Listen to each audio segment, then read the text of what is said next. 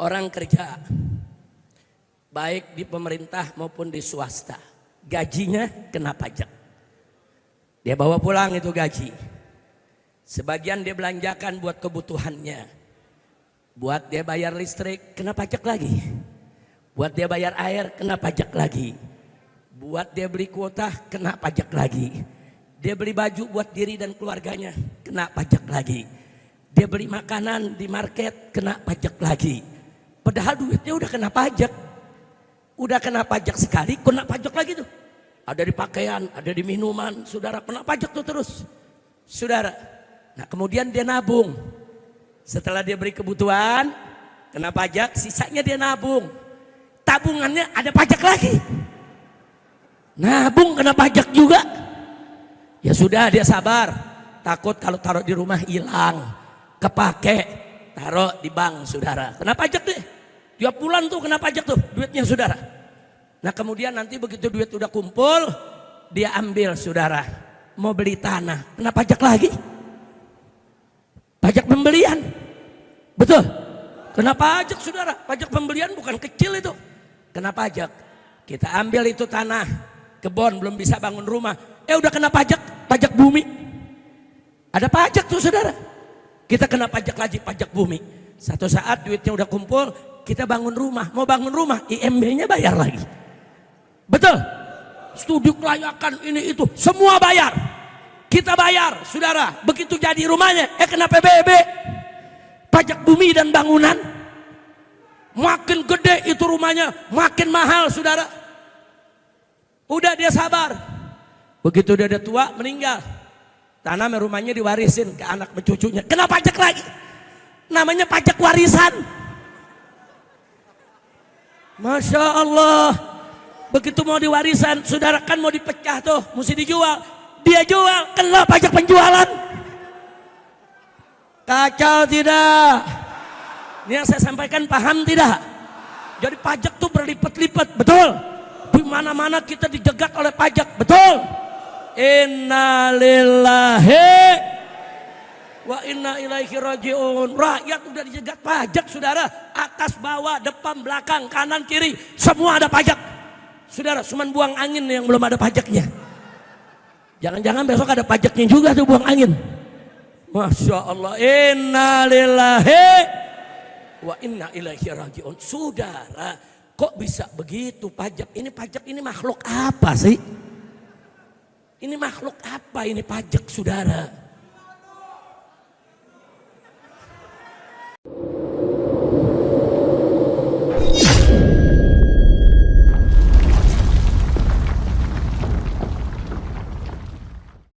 Nah, Nabi alaihi salatu wassalam mengajarkan kepada kita sebagaimana beliau diajarkan oleh Allah Subhanahu wa taala. Bagaimana cara memimpin umat. Allah menyatakan dalam Al-Quranul Karim, faqala ta'ala li nabiyyihi sayyidina Muhammadin sallallahu alaihi wasallam, fabima rahmatin minallahi linta lahum walau kunta faddan ghalidhal qalbi lan faddu min hawlik fa'fu anhum wastaghfir lahum wasyawirhum fil amri fa idza azamta fatawakkal 'ala Allah innallaha yuhibbul mutawakkilin. Shadaqallahul azim. Ini ayat luar biasa, saudara.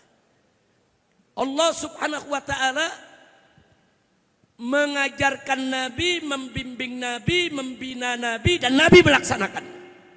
Bagaimana cara menghadapi umat yang dipimpinnya. Allah nyatakan, fabima rahmatin minallah, dan lantaran rahmat dari Allah Subhanahu wa taala, lintalahum, engkau bersifat lembut, bersikap lembut kepada mereka, ya Muhammad. Kau bersikap lembut kepada kau punya umat. Itu semua adalah rahmat dari Allah. Terus Allah kasih tahu, walau kunta faddan ghalidhal qalbi, andai kata engkau itu bersikap keras,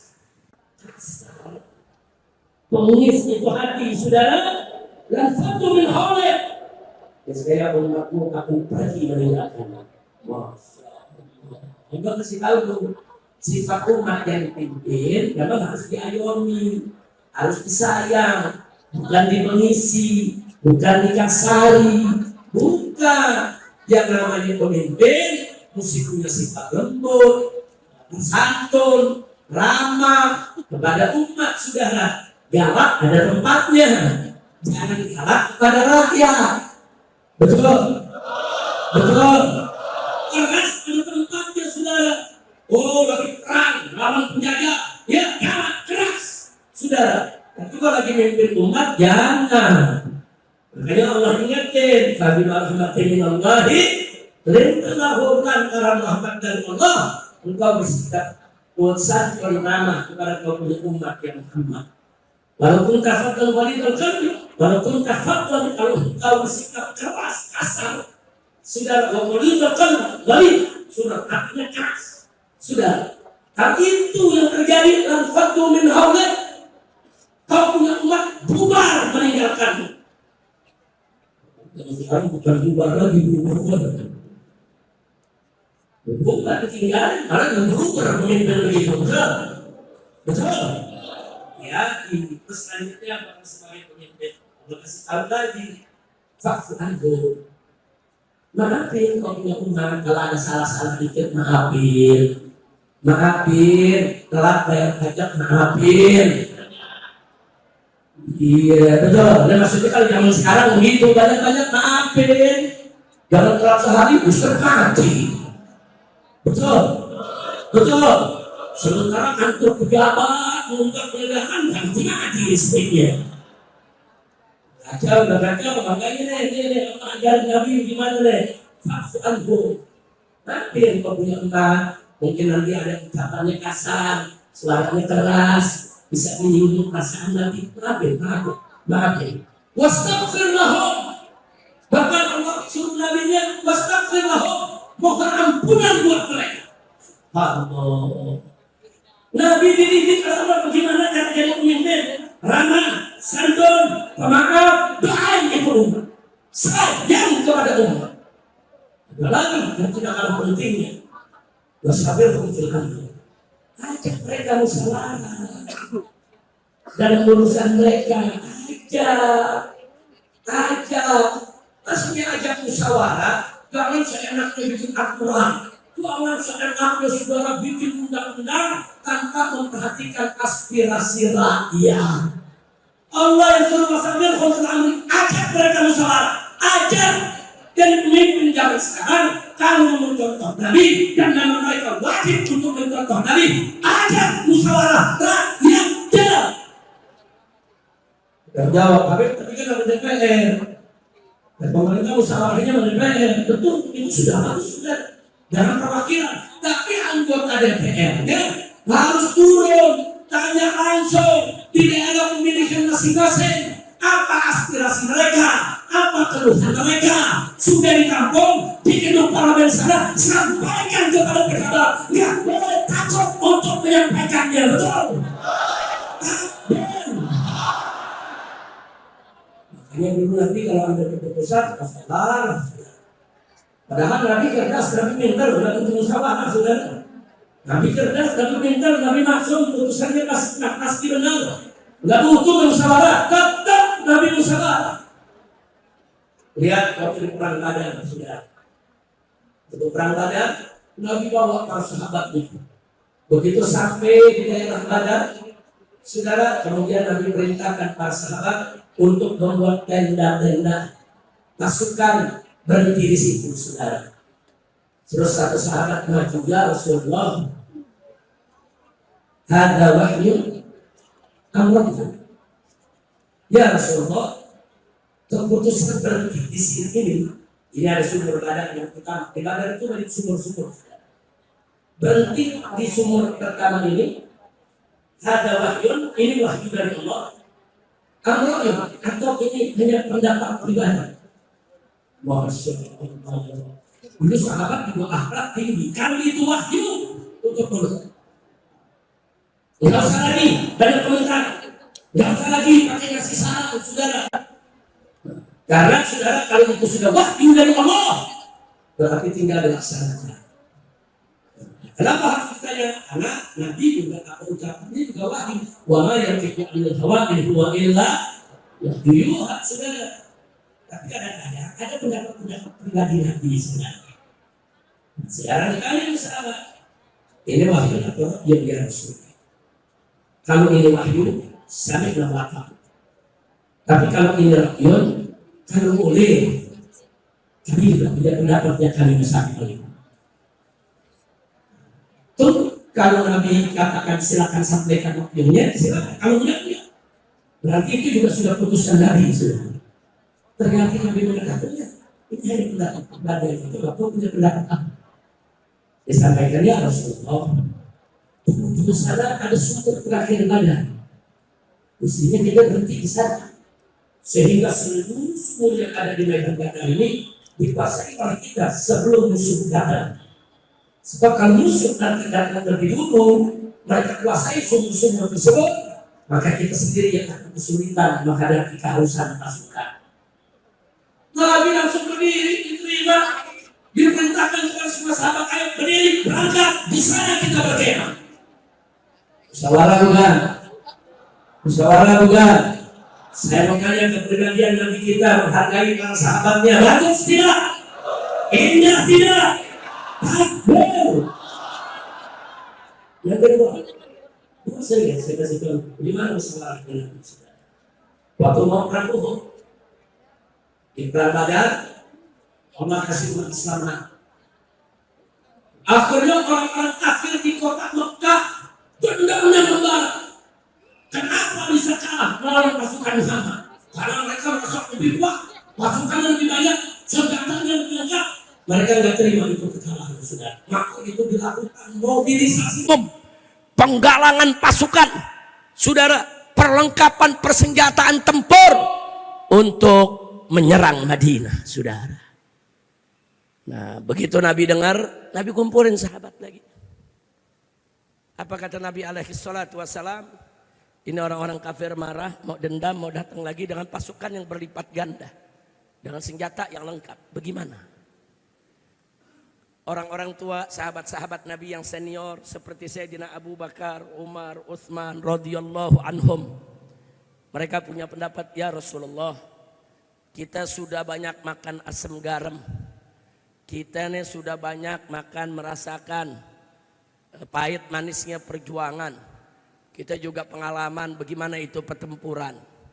Karena itu ya Rasulullah kami mengusulkan sebaiknya kita bentengi diri saja di kota Madinah.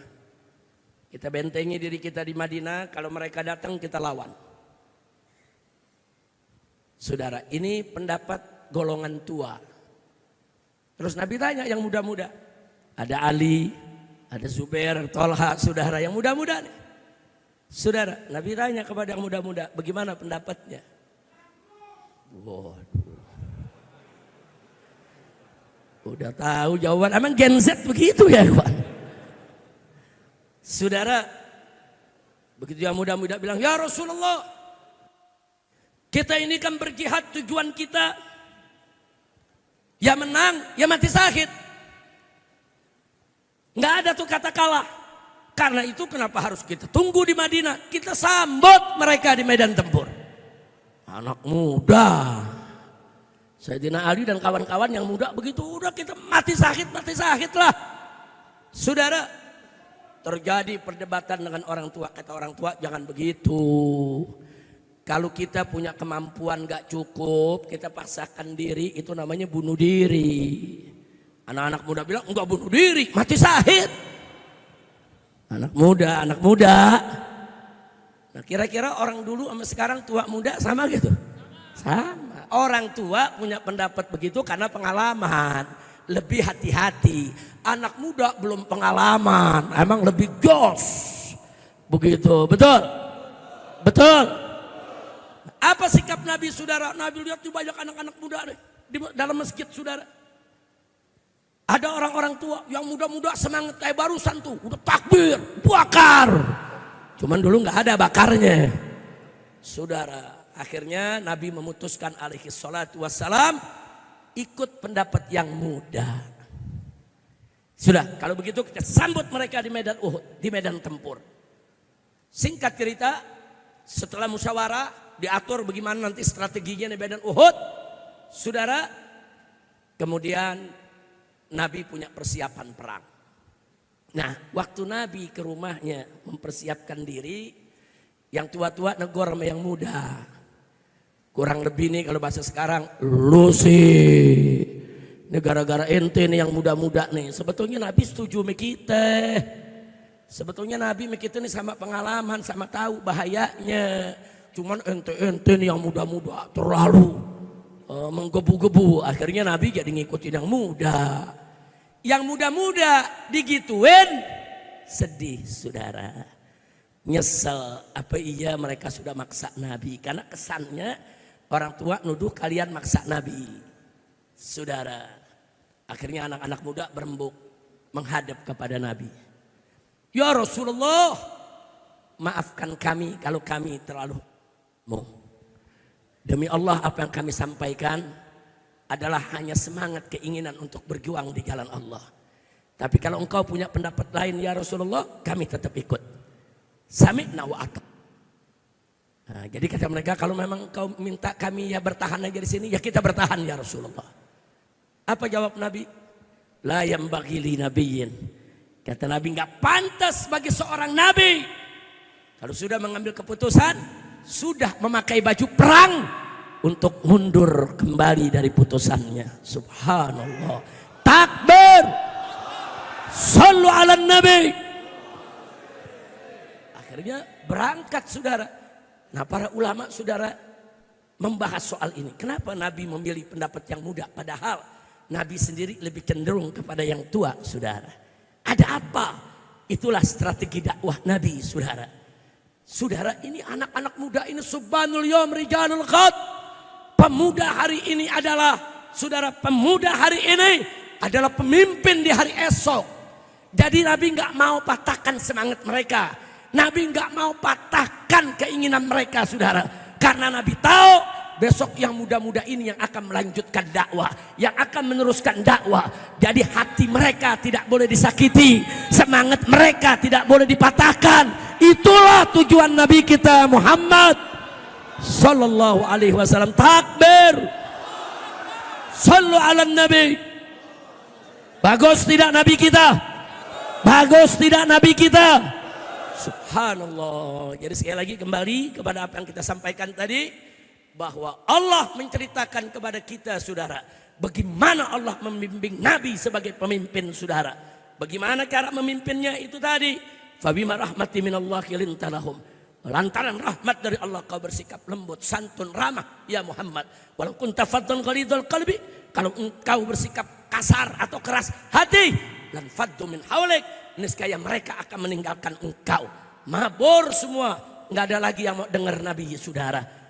Karena itu kalau memimpin umat, kadang-kadang ada saja saudara mungkin ucapan umat yang nggak enak di kuping, protes, kritik. Apa kemudian Allah nyatakan? Fa'fu anhum, maafin mereka. Wastaghfir lahum, mohon ampun buat mereka. Wasawirhum fil amri, ajak mereka musyawarah untuk menentukan urusan saudara. Nah ini penting. Nah sekarang kita masuk ke dalam kondisi yang aktual, faktual yang terjadi di negeri kita saat ini saudara. Saudara, kita baru melihat kemarin ini kita dipertontonkan dengan satu kejadian di berbagai daerah, bukan hanya di Jakarta. Saudara, bagaimana rakyat berduyun-duyun turun ke jalan, membakar kantor DPRD, ada yang membakar kantor bupati atau wali kota saudara, polisi dikejar-kejar, saudara, markas-markas BRIMOB, saudara, mereka serang, mereka akhirnya apa yang terjadi? Banyak korban berjatuhan, bahkan ada anggota dewan yang rumahnya diserbu, hartanya dijarah. Nggak sampai di situ, bahkan rumah menteri ikut dijarah juga saudara. Ada apa sedang terjadi di negeri kita? Jangan salahkan rakyat dulu, jangan salahkan yang kecil dulu, jangan salahkan yang demo dulu. Pelajari kenapa mereka seperti itu. Saudara, kalau ada pasien datang ke dokter mau berobat saudara, tentu seorang dokter akan bertanya dulu, apa yang kamu rasa? Oh dokter, ini saya batuk-batuk. Oh bagaimana batuknya? Coba lihat, buka mulutnya, apakah kerongkongannya ada radang atau tidak. Dokter menyelidiki saudara, apakah ini batuknya karena bronkitis, apakah batuknya ini karena saudara yaitu ada infeksi, apakah batuknya karena alergi atau lain, diselidiki dulu sebabnya. Udah ketemu sebabnya, diobati saudara, itu penyebabnya saudara. Kalau sudah diobati penyebabnya, insya Allah penyakitnya akan sembuh. Betul?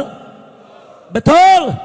Nah ini kalau rakyat di mana-mana teriak, di mana-mana protes, di mana-mana merasa sakit, di mana-mana menderita, saudara tanya dulu. Kenapa mereka bicara begini? Kenapa mereka bicara begitu? Tampung, cari solusi. Itu kalau mau mimpin negeri. Makanya pantas Allah katakan kepada Nabi, wasawirhum fil amri. Ajak mereka musyawarah. Yang terjadi di negeri kita apa? Mari kita lihat. Ada ibu-ibu teriak protes. Cabai mahal. Dijawab sama pejabat. Nanam aja sendiri. Kacau gak? Ayo saya tanya, kalau pejabat jawab gitu, ngawur gak? Orang kalau ibu-ibu teriak cabai mahal, saudara berpikir, cari cara, diskusi, kumpulkan petani, bagaimana supaya cabai ini murah, supaya cabai ini bisa kebeli oleh masyarakat, betul? Bukan disuruh nanam sendiri. Bapak-bapak lagi teriak, listrik mahal. Apa jawab pejabat? Ya jangan masang listrik. Terus disuruh pakai lilin, disuruh pakai lampu semprong. Enggak begitu jawabnya, enggak begitu pejabat, enggak boleh jawab begitu saudara. Enggak boleh pejabat itu cara menjawabnya harus rapi, saudara, berbobot, saudara, betul-betul solutif. Ada lagi saudara, tukang-tukang ojek, ojol teriak saudara, bensin mahal. Ini tukang ojol ini kesian, udah beli bensin mahal, saudara, pada saat dia mendapatkan yaitu langganan untuk naik, saudara, apa yang terjadi? Dia mesti bayar aplikator. Aplikatornya hampir 20% itu saudara. Tunggu dulu. Gua tahu lu tukang ojol lo. Enggak apa-apa. Tukang ojol bagus. Hidup ojol. Takbir. Ini tukang ojol protes bensin mahal. Dijawab sama pejabat, jangan beli bensin. Nah terus kalau nggak beli bensin tuh motor pakai apa? Pakai air kencing. Astagfirullahaladzim. Jujur nih jawaban begini ngawur gak? Tuh yang begitu-begitu apa pantas jadi pejabat? Apa pantas jadi pejabat? Ngawur tidak? Apa saudara? Ada lagi saudara. Ada lagi rakyat teriak saudara, kami tercekik pajak. Hapuskan pajak dari rakyat kecil. Protes saudara, demo. Ada lagi saudara pejabat. Saudara, ini pejabat senior, jenderal tua. Saudara, apa dia ngomong saudara? Rakyat gak usah pakai protes-protes. Jasamu apa kepada negara? Kamu gak punya jasa pakai protes. Pergi kau dari Indonesia.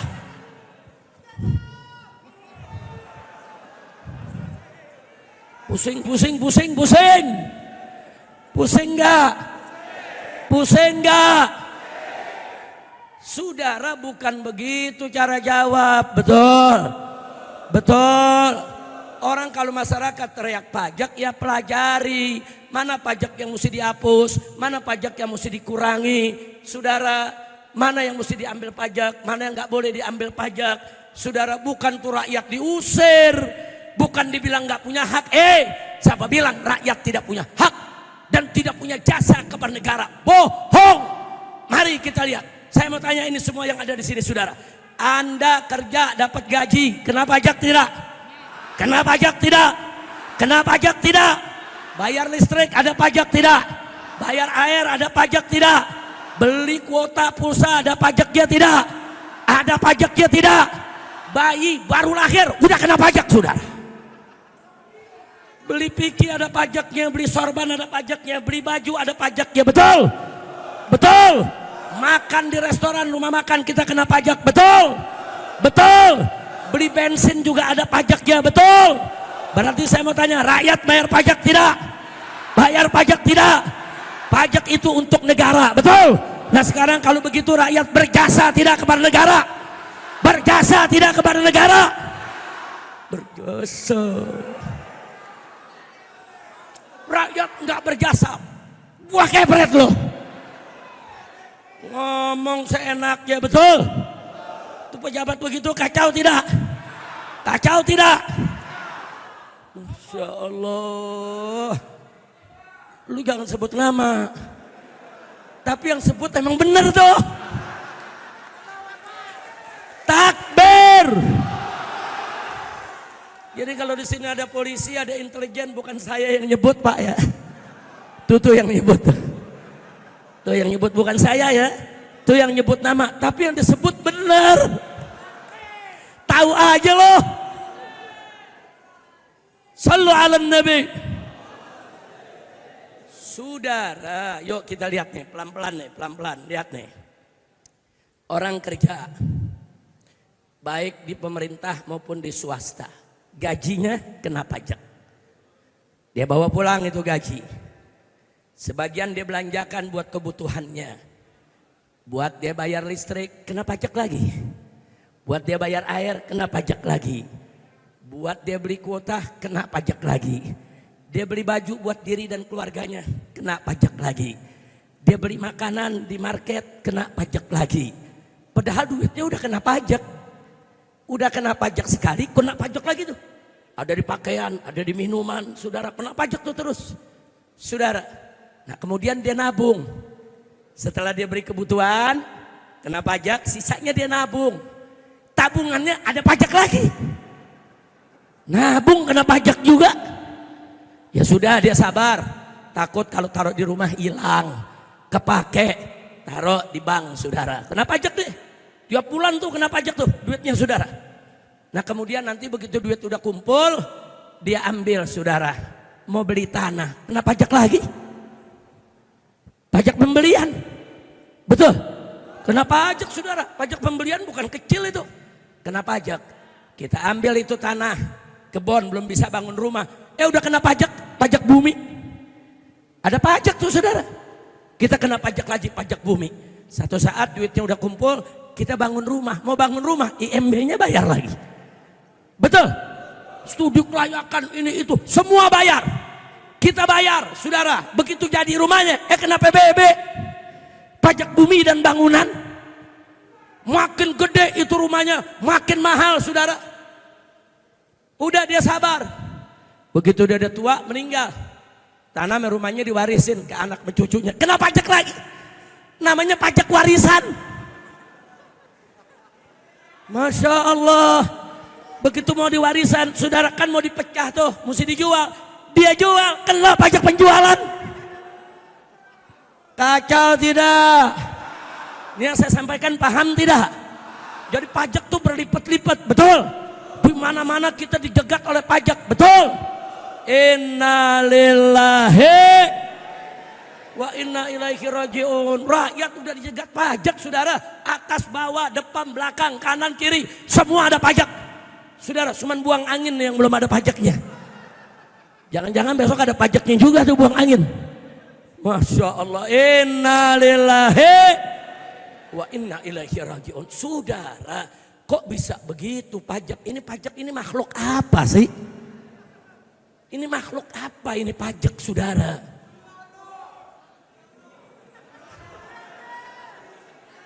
Lanjut. Takbir. Sallu ala Nabi. Nah, saya mau mundur dikit. Boleh? Dulu di zaman Pak Harto, saudara, Pak Harto membangun BUMN, Badan Usaha Milik Negara, saudara. Begitu juga di daerah-daerah dibangun BUMD, Badan Usaha Milik Daerah. Itu dibangun di mana? Ada ratusan BUMN, saudara. BUMN yang mengurus perkebunan, BUMN yang mengurus kehutanan, BUMN yang mengurus pertambangan, BUMN yang mengurus penerbangan, BUMN yang mengurus asuransi, BUMN yang mengurus pendidikan, yang mengurus kesehatan, saudara semua. Kenapa Pak Harto di zamannya membangun BUMN begitu banyak, saudara? Sebab BUMN itu ditugaskan untuk cari duit. Takbir. Akbar. Lanjut. Ya suaranya pastikan jangan yang di belakang mati suaranya, betul? Jadi saudara, begitu BUMN itu sudah ada, disuruh kerja cari duit. Untuk apa? Duitnya untuk biayai negara saudara. Untuk bangun rumah sakit, untuk bangun sekolah, untuk bangun listrik di mana-mana saudara. Nggak sampai di situ, untuk gaji pegawai-pegawai negeri saudara, untuk gaji tentara, untuk gaji polisi. Makanya di zaman itu pajak rendah saudara. Dulu di kampung-kampung nggak ada PBB, adanya IREDA, IPEDA. Saudara, kecil bayarnya saudara. Kenapa? Saudara, karena negara saat itu nggak butuh pajak dari rakyat. Karena dari pertambangan, dari perkebunan, saudara sudah melimpah, duit banyak. Kita pindah ke sekarang. Sekarang saudara, kenapa jadi pajaknya tinggi? BUMN-nya pada bangkrut. Ratusan BUMN bangkrut saudara. Begitu bangkrut, negara gak punya duit. Terus bagaimana nyari duit? Pajakin rakyat. Ini gara-gara BUMN-nya bang. Nah sekarang pertanyaannya, kenapa di zaman Pak Harto gak bangkrut? Kenapa sekarang bangkrut? Ternyata saudara, dalam 10 tahun terakhir kemarin ini saudara, apa yang terjadi? Tim sukses saudara, daripada presiden maupun wakil presiden dibagi-bagi menjadi komisaris BUMN saudara. Buzzer diangkat jadi komisaris saudara, influencer diangkat jadi komisaris, artis diangkat jadi komisaris saudara. Bahkan penghina agama, penghina nabi, penghina ulama, rame-rame dijadiin komisaris saudara. Luar biasa, termasuk para koruptor. Saya bukan fitnah saudara, saya kasih contoh. Gubernur DKI Jakarta saudara kemarin ini saudara, begitu melakukan penodaan agama dipenjara 2 tahun. Keluar dari penjara diangkat menjadi komisaris utama Pertamina. Gajinya miliaran tiap bulan. Koruptor diangkat jadi komisaris, influencer diangkat jadi komisaris, buzzer diangkat jadi komisaris. Orang-orang top saudara disuruh mengelola daripada BUMN, bangkrut. Betul? Betul? Bagaimana nggak bangkrut? Dulu di zaman Pak Harto orang mau jadi komisaris ada fit and proper test. Diuji dulu saudara, ada ujiannya saudara. Sekarang enggak saudara. Kacau balau ini kita punya negeri saudara. Penghina ulama saudara, penoda agama diangkat. Sekarang masing-masing jadi komisaris. Dengan gaji ratusan juta, miliaran. Ini apa? Ini ngurus negara, nggak boleh. Saudara, negara diurus seperti itu. Gara-gara diurus seperti itu, hancur in negeri. Dan Nabi sudah kasih kabar kita, saudara. Apa kata Nabi dalam hadisnya, saudara? Nabi mengatakan, idza wusidal amru ila ghairi ahlih fantaziri sa'ah. Kalau suatu urusan sudah diserahkan, saudara, kepada yang bukan ahlinya, bukan pakarnya, bukan kemampuannya, saudara, fantaziri sa'ah, maka tunggulah kehancuran. Sallu ala Nabi. Jadi hancur gara-gara banyak korupsi saudara. Ini dia. Nah begitu udah bangkrut hancur, dari mana nyari duitnya saudara? Ya dari rakyat. Dipajakin semua, makanan dipajakin, minuman dipajakin, pakaian dipajakin saudara. Innalillahi wa inna ilaihi raji'un. Anda tahu, itu salah seorang mantan pimpinan KPK saudara. Itu Abraham Samad. Apa dia bilang saudara? Ini kalau hasil tambang saja dijaga dengan baik tanpa korupsi, saudara, itu sudah cukup menghidupi bangsa Indonesia. Setiap keluarga dapat gaji 20 juta per bulan cuma-cuma. Saking apa? Saking kayaknya kita punya negeri. Itu baru urusan tambang, belum urusan yang lain saudara. Nah sekarang saudara, Anda tahu, silakan laporannya saudara. Laporan 10 tahun ini saudara, bahwa pendapatan negara 82% diambil dari pajak. 82% dari pajak. Lalu tambang kita kemana? Emas kita kemana? Batu bara kita kemana? Nikel kita kemana? Sudah bauksit kita kemana? Korupsi, betul. Betul. Hancur tidak? Dulu zaman Pak Harto bukan gak ada korupsi, bukan, ada. Cuman dulu korupsinya di kolong meja. Korupsinya di kolong, artinya apa? Masih punya malu. Masuk reformasi, kita pikir mungkin bagus nih reformasi. Ternyata korupsinya di atas meja. Naik pangkat. Dulu korupsinya di kolong meja, habis reformasi korupsinya di atas. 10 tahun kemarin saudara, meja-mejanya dibawa lari. Kacau tidak? Ayo saya mau tanya, kacau tidak? Kacau tidak? Ini kalau begini terus didiemin, jangan salahkan kalau besok rakyat revolusi, betul? Siap revolusi? Ayo, ayo, ayo revolusi. Ayo revolusi sekarang juga. Ayo, ayo, ayo revolusi. Ayo revolusi sekarang juga. Takbir. Jangan salahkan rakyat. Ini letupannya kan udah ada, saudara. Nah kita nih para habaib, para ulama, nggak mau hal seperti ini berkelanjutan. Kita pengen negara kita segera diperbaiki, betul? Betul? Dari kemarin saya sudah teriak-teriak ke Bapak Presiden. Pak Presiden, itu orang-orang yang masih jadi geng Solo, lu udah tahu ya? Singkirkan, berhentikan, takbir. Alhamdulillah kemarin udah 4 yang diberhentiin. Kemarin sudah, masih ada lagi. Itu diantara yang diberhentiin tuh 4, salah satunya itu ada jenderal yang terlibat KM 50. Udah diberhentiin, alhamdulillah. Tapi masih ada 3 lagi. Belum diberhentiin sampai saat ini. Biarkan atau lawan? Biarkan atau lawan? Takbir. Sallu ala nabi. Jadi Bapak Ibu mesti bersyukur kepada Allah. Ada yang nanya, Habib udah susah begini masih bersyukur lah ya Beb? Ya karena Bu, Pak ya, doa kita umat Islam Indonesia yang dimana-mana baca salawat asghilidz zalimin bizzalimin digabulkan oleh Allah, saudara. Apa sih arti asghilidz zalimin bizzalimin? Ya Allah, bikin sibuk orang zalim dengan orang zalim. Bikin sibuk ya Rabb. Ya Rabb. Kenapa?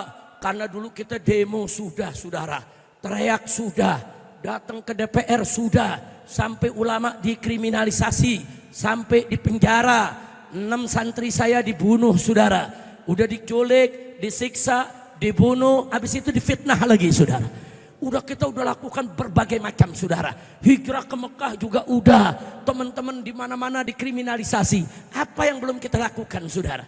Apa yang kita belum lakukan? Bicara baik-baik sudah, datang ke DPR sudah, temui pejabat sudah, disurati juga sudah, demo damai. Saudara, aksi 21 itu super damai saudara. Jutaan orang kumpul di Jakarta, di mana jangankan orang, jangankan manusia, selembar rumpun tidak diganggu saudara, betul?